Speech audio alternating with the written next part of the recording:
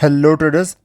Intraday के अंदर एक ट्रेडर को कौन कौन से चैलेंजेस डेली बेसिस पर फेस करने पड़ते हैं। हमेशा मार्केट के अंदर जब मार्केट की ओपनिंग होती है, आपको बाइंग करना है या फिर सेलिंग करना है, तो सबसे पहले मैंने आपको हमेशा बताया है डायरेक्शन को आइडेंटिफाई करें। जब आपकी डायरेक्शन क्लियर है कि मार्केट किस डायरेक्शन में जाएगा, वो कैसे क्लियर होगी? वो आपकी साइकोलॉजिकल पॉइंट्स के बेसिस पर होगी। अगर साइकोलॉजिकल बहुत स्ट्रांगली आप समझ नहीं पाते मार्केट को, तो मास्टर क्लास के अंदर मैंने क्लोजिंग प्राइस के बेसिस पर आपको यूज़ करने के डिफरेंट तरीके बताए हैं। उसके बेसिस पर डायरेक्शन को क्लियरली आइडेंटिफाई किया जा सकता है। डायरेक्शन आइडेंटिफाई करने का रीज़न क्या है? जब आप इंट्राडे की डायरेक्शन को आइडेंटिफाई कर लेते हो, तब यहाँ पर मॉर्निंग में ओपन हुआ, ग्रुप के अंदर पहले ही कहा था मैंने कि गैप अप ओपन होगा, सिर्फ बाइंग साइड के अंदर व्यू रहेगा और मार्केट अप साइड के अंदर भी गया। अब यहाँ पर क्या क्या एक ट्रेडर को चैलेंजेस होते हैं, वो उनकी भी हम यहाँ पर डिटेल में बात करेंगे। बट सबसे इम्पॉर्टेंट है डायरेक्शन। जब बाइंग साइड की क्लियर हो जाती है, तब आपकी साइकोलॉजी सेलिंग साइड के अंदर ख़राब नहीं होती। मार्केट में कोई मोमेंटम मिस हो जाता है तो आप सेलिंग साइड के अंदर ट्रेड प्लान करने नहीं लगते कि मार्केट यहाँ से रिवर्सल आ जाएगा। आप हमेशा ट्रेंड के और डायरेक्शन के फेवर में ही ट्रेड प्लान करने की कोशिश करते हो। तो कहाँ पर आज के दिन मैंने मार्केट के अंदर एंट्री प्लान की, इतनी परफेक्ट डायरेक्शन आइडेंटिफाई करने के पीछे साइकोलॉजी भी बताऊंगा, इतनी परफेक्ट डायरेक्शन भी आइडेंटिफाई किया, बट फिर भी कौन सा मोमेंटम मिस किया, कहाँ पर मार्केट के अंदर एंट्री की, ये मोमेंटम भी क्लियरली मैंने बताया था। ये मोमेंटम भी क्लियरली बताया था कि मार्केट अपसाइड जाएगा ग्रुप के अंदर। बट फिर भी क्या आज के दिन मिस्टेक हुई जिसकी वजह से लॉस हुआ मेरा, तो उसको समझना ज़रूरी है। आप कितना लॉस हुआ वो चीज़ मैं आपको दिखाऊंगा, बट उससे आपके अकाउंट में कुछ फ़र्क नहीं पड़ेगा। यहाँ से लर्निंग लेना ज़रूरी है। एक ट्रेडर को कौन से चैलेंजेस फेस करने पड़ते हैं वो जानना ज़्यादा ज़रूरी है। तो पहले साइकोलॉजी को समझते हैं। इसके लिए प्रीवियस चार्ट को थोड़ा हमें देखना पड़ेगा। मार्केट यहाँ पर कैसा स्ट्रक्चर बना रखा है, यहाँ पर इस तरीके से। अब ये देखो, ये चार्ट बना नहीं, ऐसा समझो। जब यहाँ पर अपसाइड आया, यहाँ पर बायर के स्टॉप लॉस पड़े हैं, यहाँ पर बाय कौन कर रखा है? वो इंसान कर रखा है, वो बिग प्लेयर यहाँ पर बाय कर रखा है, जिसका व्यू ये है कि मार्केट यहाँ पर अपसाइड की तरफ अच्छा खासा जाएगा। वो यहाँ से मार्केट को घुमा करके लेके जाएगा। उसने बाइंग किया है, उसने ही अपनी पोजीशन को होल्ड किया है, तो उसके स्टॉप लॉस इन लेवल्स के पास में होंगे। क्लियर है? अगला पॉइंट समझते हैं। यहाँ पर बार बार सेलर आने की कोशिश की है, सेलर की पोजीशन यहाँ पर, उसके अगले दिन भी सेलर आए। अब ये देखो, ये लो लगाया मार्केट ने इस दिन, अगले दिन वापस सेलर आए, सारे ब्रेकआउट फेल हुए, फर्दर सेलिंग आई, होल्ड किया। उसके अगले दिन फर्दर सेलिंग आई, फिर वापस जा कर के होल्ड कर गया। इसका मतलब मार्केट में एक दिन सिर्फ बाइंग आई है सेलिंग मार्केट के अंदर, और डाउन ट्रेंड है, फिर भी 3 दिन लगातार सेलिंग आने के बाद में भी सेलर्स इन बायर्स के एसएल को टारगेट ही नहीं कर पा रहे। इसका मतलब यहाँ पर जो प्लेयर है बहुत स्ट्रॉन्ग प्लेयर है, ये मार्केट को घुमाने की यहाँ पर हिम्मत रखता है।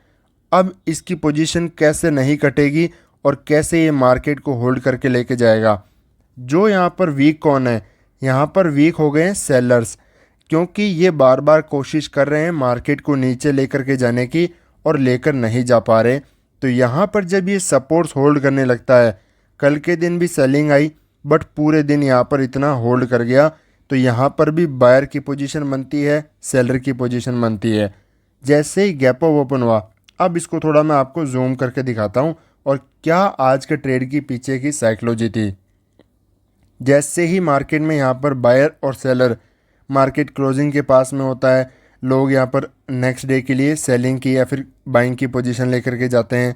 जो जैसे ही गैप अप ओपन होता है, तो जो यहाँ पर सेल करके बैठे हैं, यहाँ इस दिन सेल करके बैठे हैं, तुरंत अपसाइड जाते उनकी पोजीशन ख़त्म। अब इनका नंबर आएगा, फिर उनसे प्रीवियस वालों का नंबर आएगा। यहाँ पर ज़्यादातर चांस यही हैं, ज़्यादातर का मतलब कि यहाँ पर मार्केट नीचे आने का कोई लॉजिक ही नहीं बनता, क्योंकि बायर के स्टॉप लॉस 3 दिन में नहीं खा पाया। अब यहाँ पर बायर के फेवर में ओपन होकर के नीचे जाना पॉसिबल ही नहीं है, वो बाहर जाने ही नहीं देगा। क्यों? क्योंकि नीचे जाएगा तो हर सपोर्ट है, हर जगह मार्केट में सपोर्ट है, होल्ड करने लग जाएंगे, मार्केट वापस रिवर्सल कर जाएगा। तो यही व्यू था कि मार्केट यहाँ से कंटिन्यूशन में जाएगा। अब यहाँ पर हमारे लिए जब साइकोलॉजी क्लियर होगी और 100% मेरा माइंड क्लियर था कि मार्केट अपसाइड ही जाएगा, इसके बेसिस पर ही टेलीग्राम के अंदर भी आपको अपडेट किया था मैंने। मार्केट ओपन हुआ, यहाँ पर जैसे ही होल्ड करने लगा, इस पॉइंट के पास में आया, तब मेरा व्यू था कि यहाँ पर मार्केट अप जाएगा। बट ये कैंडल नेगेटिव करने के बजाय तुरंत इसी के अंदर वापस यहाँ पर होल्ड करके कंटिन्यूशन में मोमेंटम चला गया। मेरा प्रॉपर जो स्ट्रैटेजी के बेसिस पर मैं एंट्री लेता हूँ मार्केट में, वो सेटअप, वो स्ट्रैटेजी बनी नहीं। अब यहाँ पर देखो, दो चीज़ें होती है। अगर आप सेटअप पर ट्रेड लेते हो, दूसरा आप साइकोलॉजी पर ट्रेड लेते हो। अगर मैं सेटअप के बजाय साइकोलॉजी को प्रेफर करता, इतना क्लियर थी, और एंट्री लेता, और सपोज 1% चांस लेकर के चलता हूँ, मैं यहाँ पर स्टॉप लॉस लगाता साइकोलॉजी के बेसिस पर, और मार्केट मेरा एसएल खाता, और यहाँ पर सपोज मैं एंट्री करता, मेरा एसएल इतना बड़ा होता, तो दूसरी ट्रेड में प्लान कर पाता? कभी नहीं। जब मैं दूसरी ट्रेड प्लान नहीं कर पाता और इतना बड़ा एसएल हो जाता, मेरा माइंड क्या कहता कि तूने गलती की है, हमेशा तू सेटअप पर ट्रेड प्लान करता है और आज तूने साइकोलॉजिकल ट्रेड प्लान की है। ना यहाँ पर कोई प्रॉपर एंट्री बनती है कैंडलस्टिक के बेसिस पर, ना प्रॉपर कोई एसएल बनता है, और यहाँ पर जब कोई प्रॉपर एंट्री एसएल नहीं बनता तो ये तेरी गलती है। प्रॉफिट हो जाता है तब तो माइंड हमेशा कहता है बहुत बढ़िया बहुत बढ़िया, सही किया। बट जब गलती की बात आती है, वो एक्सेप्टेबल नहीं होती। सबका माइंड इसी तरीके से काम करता है। तो ये अपॉर्चुनिटी मैंने इस वजह से मिस की, क्योंकि मैं हमेशा सेटअप पर ट्रेड करता हूँ। फिर मार्केट यहाँ पर आया, धीरे धीरे होल्ड किया। जब ये साइकोलॉजी क्लियर थी कि रेजिस्टेंस हिट कर रहा है, हर कोई यहाँ पर सेलिंग का प्लान करेगा, क्योंकि बाइंग का मोमेंटम मिस हो चुका है, तो यहाँ पर सेलिंग की प्लान करेगा। मार्केट यहाँ पर आया, नीचे की तरफ ब्रेक किया, यहीं इसी पॉइंट पर मैंने ट्रेड प्लान किया था बाइंग साइड के अंदर। यहाँ पर हाई के पास में मेरी एंट्री थी, लो के पास में एसएल था। और जब पहली अपॉर्चुनिटी मॉर्निंग मोमेंटम मिस हो जाता है और सेकंड अपॉर्चुनिटी पर ट्रेड करते हैं, तो हमेशा उस ट्रेड के अंदर प्रोबेबिलिटी, ये चीज़ आप हमेशा याद रखो, सेकंड ट्रेड के अंदर प्रोबेबिलिटी हमेशा लेस होती है। अगर मॉर्निंग पहली ट्रेड फ्रेश ट्रेड है, उसके अंदर 100% है, तो उसके अंदर 80%, फिर 60%, इस तरीके से एक्यूरेसी होती जाती है, क्योंकि मार्केट की साइकोलॉजी भी चेंज होती जाती है हर आफ्टर सम टाइम। तो यहाँ पर मार्केट ने क्या किया, मोमेंटम किया, हमारा पहला स्टॉप लॉस खाया, फिर उसी पॉइंट से यहाँ पर बेस क्रिएट करके तुरंत इमीडिएटली यहाँ पर स्टॉप लॉस अगर मेरा देखा जाए तो सिर्फ 2-3 पॉइंट से ही एसएल कटा, और फिर मार्केट अपसाइड मोमेंटम किया। सेम मार्केट के अंदर मोमेंटम मुझे एक्सपेक्टेड था, और फिर जाकर के मार्केट यहाँ पर क्लोज़ किया। मैं आपको अपना पीएनएल भी दिखाऊंगा, बट उससे पहले ये चीज़ समझना ज़्यादा ज़रूरी है कि यहाँ पर मैं री एंट्री प्लान क्यों नहीं किया। जैसे मैंने आपको प्रोबेबिलिटी का सीन बताया, पहली ट्रेड में कितनी होती है, दूसरी और तीसरी। जब मेरी पहली ट्रेड मिस हो गई, ये चैलेंजेस होते हैं ट्रेडर के, हमेशा रहते हैं, उन्हीं से फाइट करते हुए आपको आगे बढ़ना पड़ता है। सेकंड ट्रेड में मैं प्लान कर रहा हूँ, उसमें भी मार्केट ने वॉलेटिलिटी की वजह से ऐसे हिट किया, फिर मार्केट यहाँ से गया। तो यहाँ पर थर्ड ट्रेड प्लान करूँगा तो ये मेरी आदत को ख़राब कर देगा।